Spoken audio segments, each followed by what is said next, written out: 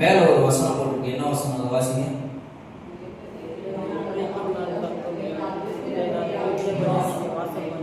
இது என்றென்றும் அவர் தங்குகிற இடம். இது என்றென்றும் அவர் தங்குகிற இடம்னா என்ன அர்த்தம்? ஆலயம்னா என்னது? இந்த கட்டடம் மாத்திரமல்ல, நாம் தான் ஆலயம். அதுதான் முக்கியமா நமக்கு அவசியமா தெரியும். நம்மளுக்குள்ள அவர் வாசம் செய்கிற விரும்புகிற இடம். என்றைக்கு அவர் நம்ம வாசம் பண்ண விரும்புகிறார். அப்ப நம்ம அவர் வாசம் பண்ணுகிற மாதிரி நம்ம நடந்துக்கிறோம். இன்னைக்கு விசேஷமா இன்னைக்கு கர்த்தருடைய பந்தி நாட்கள்ல நம்ம கூடியிருக்கிறோம். கர்த்தருடைய பந்தி நாட்கள் அப்படின்னா என்ன அர்த்தம்னா, அவரோடு ஐக்கியமாகவும் இருக்கணும், சபை மக்களோடும் ஐக்கியமா இருக்கணும். அப்பதான் அது விசுவாச பிள்ளைன்னு அர்த்தம்.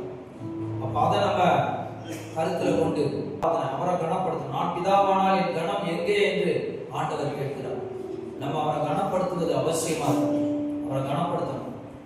அவரை கனப்படுத்தணும்னா நமக்கு மரியாதைக்குரிய ஒரு பெரிய தலைவர்கள் வந்தா எப்படி நம்ம பயந்து நடுங்கினா, அன்போடு மரியாதையோடு பாசத்தோடு அவர் நமக்கு எவ்வளவு நன்மை செய்திருக்கிறார், அவரை கனப்படுத்தணும், அவரை மகிமைப்படுத்தணும், அவரை உயர்த்தணும். அதுதான் ஆராதனை.